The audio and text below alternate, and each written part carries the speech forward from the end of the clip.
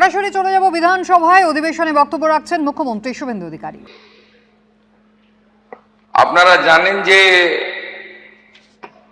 United cockroach March ব্যানারে একটি আন্দোলনের ঘোষণা করা হয়েছিল। Cockroach party, self declare cockroach পার্টির সদস্য দেবদীপ্য গাঙ্গুলি বিভিন্ন বামপন্থী ও অতি বামপন্থী সংগঠনের পক্ষ থেকে আমাদের পুলিশকে নির্দেশ দেওয়া ছিল যে গণতান্ত্রিক দেশ, যে কেউ তার গণতান্ত্রিক মত এবং তার অধিকার তারা প্রতিষ্ঠিত করতে পারে, কিন্তু আইন শৃঙ্খলার অবনতি না ঘটিয়ে শান্তিপূর্ণভাবে। পুলিশের পক্ষ থেকে নজরদারি রাখা হয়েছিল, ব্যবস্থাও রাখা হয়েছিল। সরকারের পক্ষ থেকে স্পষ্ট নির্দেশ ছিল কোন রকম বল প্রয়োগ বা পুলিশের দিক থেকে কিছু করা যাবে না যতক্ষণ না পর্যন্ত সমবেত আন্দোলনকারী বা মিছিলকারীরা নিয়ন্ত্রণের বাইরে না চলে যায়। আপনারা সোশ্যাল মিডিয়াতে দেখবেন এই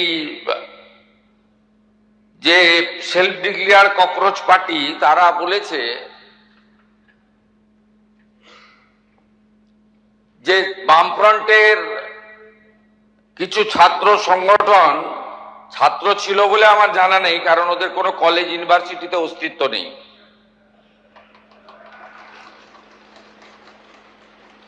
তারা এই কর্মসূচিতে ঢুকে পড়ে। এরা হলো SFI, DYSA, AIDSO, AISA, AISF, AISB, PSU, RS ইত্যাদি ইত্যাদি। এই মিছিল শান্তিপূর্ণভাবে এগোচ্ছিল। মিছিলে পুলিশের যা হিসাব, ক্রাউড ছিল 9000। তার মধ্যে কলকাতা এবং পার্শ্ববর্তী এলাকা থেকে ভোটে হারারা পিছন থেকে খিদিরপুর, মেটিয়াবুরুজ, রাজাবাজার, পার্ক সার্কাস, আকরা ফটক, বেলগাছিয়া, রাজারহাট, নিউ টাউন, বাগুইহাটি এবং ইত্যাদি ইত্যাদি সাপ্লাই করেছেন। পুলিশ পুরোটাই সংযত ছিল, টিভি মিডিয়া সবাই দেখেছে। পরবর্তীকালে যখন ডোরিনা ক্রসিং এ আসে, প্রথমে জুতো এবং বোতল দিয়ে শুরু করে, তারপরে টার্গেট করে সাংবাদিকদের, কারণ অনেক চেষ্টা করার পরেও পুলিশ ওদের পাতা ফাঁদে পা দেয়নি। আমাদের নির্দেশও তাই ছিল। ওরা চেয়েছিল পুলিশ লাঠি চালাক, গ্যাস ফাটাক, বল প্রয়োগ করুক এবং তারপরে নাটকটা একটু জোরদার চলুক। সে সুযোগ পুলিশ দেয়নি। আমি কলকাতা পুলিশকে এবং যারা ডিউটি দিচ্ছিলেন তাদেরকে ধন্যবাদ জানাই।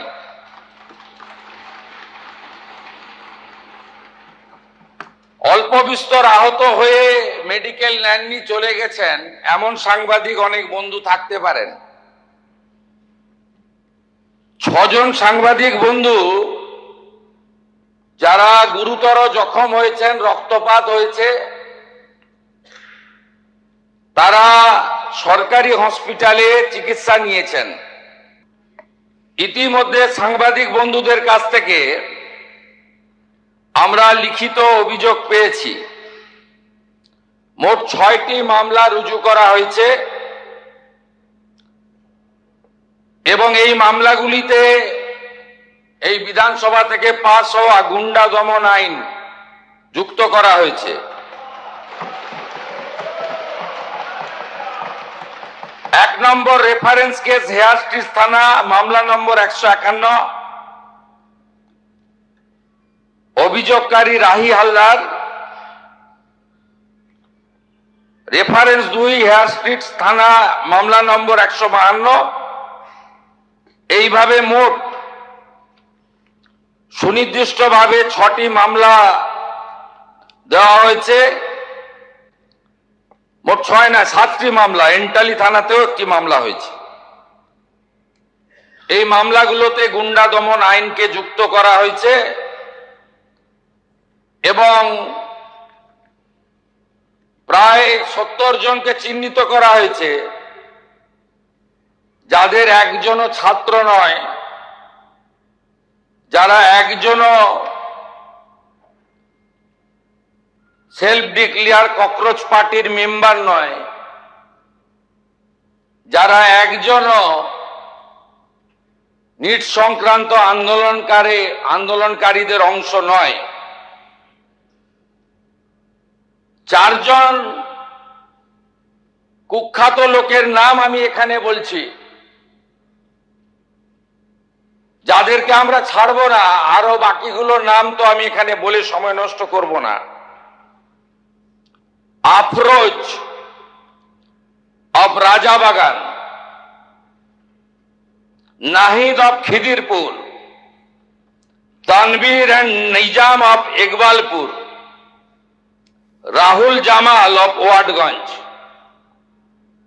এই 5টা গুন্ডার নাম আমি এখানে ঘোষণা করলাম। গুন্ডা দমন আইনে এমন ব্যবস্থা নেব যাতে একদিন নয়, এই গুন্ডাদের 3 পুরুষ মনে রাখে। এই জন্যই গুন্ডা দমন আইন এনেছিলাম, এই জন্যই গুন্ডা দমন আইন রাজ্যপাল মহোদয় পাস করেছে। এর প্রয়োজনীয়তাটা কতটা ছিল বাংলার মানুষ দেখেছে। আমি সমগ্র বিধানসভার পক্ষ থেকে সাংবাদিক বন্ধুদের উপরে শারীরিক আক্রমণের নিন্দা করছি। আমি আশা করব বিধানসভা আমার সঙ্গে একমত হবেন। আমাদের শাসক বেঞ্চের চিফ হুইপ অমলান ভাদুড়ী, তিনি আমাকে একটু আগেই বলছিলেন যে লাঞ্চের ঘোষণা হলে ভারতীয় জনতা পার্টির বিধায়করা বুকে কালো ব্যাজ লাগিয়ে সংবিধান প্রণেতা আম্বেদকরজির মূর্তির নিচে সাংবাদিকদের উপর আক্রমণের নিন্দা করে একটি কর্মসূচি নিয়েছেন এবং সংবিধানের 4র্থ স্তম্ভ মিডিয়ার কর্মীদের প্রতি সলিডারিটি জানানোর জন্য একটি ছোট্ট প্রয়াস নিয়েছেন। আমি তাকেও স্বাগত এবং ধন্যবাদ জানাচ্ছি। মহোদয়, আপনার অনুমতি নিয়ে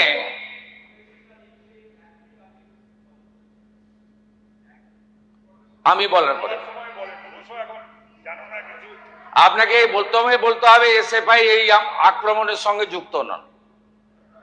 আপনার নেত্রীরাই তো বলেছে কাঁদানে টিয়ার গ্যাস নিয়ে পুলিশ দাঁড়িয়ে আছে, সবাই একটা করে জলের বোতল নিয়ে আসবেন। আমাদের কাছে তো সোশ্যাল মিডিয়া আছে। আপনারা তো কর্মসূচির আগেই বলেছেন জলের বোতল আনতে। সেই জলের বোতলগুলো হাজারে হাজারে কিভাবে ছুঁড়ছিলেন লোক দেখেছে। ডিম ছোড়াটা যদি বাংলার সংস্কৃতি না হয়ে থাকে, সাংবাদিকদের উপরে বোতল আর জুতো ছোড়াটাও বাংলার সংস্কৃতি হতে পারে না।